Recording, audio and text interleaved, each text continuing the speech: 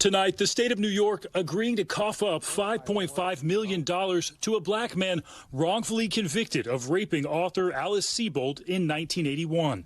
After serving 16 years, Anthony Broadwater was released in 1999, but still had to register as a sex offender until he was exonerated in 2021 when prosecutors re-examined the case. This court grants defendant's motion. Now, decades later, after the false conviction derailed Broadwater's life, a life-changing payout is within reach. For the first time in 40 years, Anthony Broadwater can carry his head high. This is someone who wants to give back to his community. And I think now, for the first time, he's in a position to do so substantially. Sebold was an 18-year-old student at Syracuse University when she was raped in a park near campus. She described the attack and Broadwater's prosecution in a memoir, Lucky, published in 1999. After the attack, Sebold told police that she spotted her attacker on the street. Officers later arresting Broadwater. But Sebold failed to pick him out of a lineup.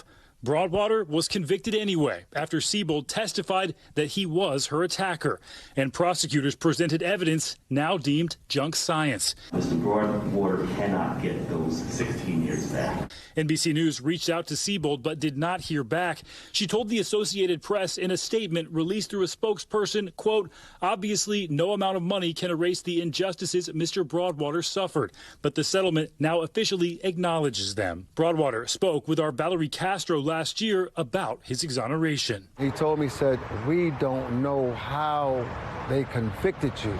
This is totally wrong."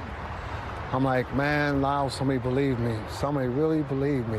Even with his eventual vindication, Broadwater spoke about the difficulty in finding work and adapting to life. I know I'm exonerated, but sometimes I act like I'm still under that condition. Attorney General Letitia James saying in part, quote, "While we cannot undo the wrongs from more than 4 decades ago, this settlement agreement is a critical step to deliver some semblance of justice to Mr. Broadwater." Is this money, is this $5.5 million, is that enough? Absolutely not. I think that anyone would agree that no amount of money really can fix this. Broadwater's settlement with the state must be approved by a judge before it becomes final. But once it is, what would your dream be? A farm. A few acres of land somewhere, a nice brick farmhouse.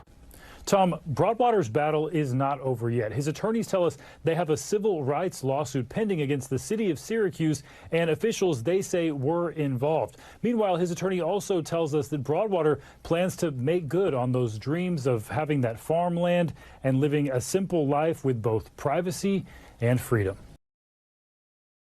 Thanks for watching our YouTube channel. Follow today's top stories and breaking news by downloading the NBC News app.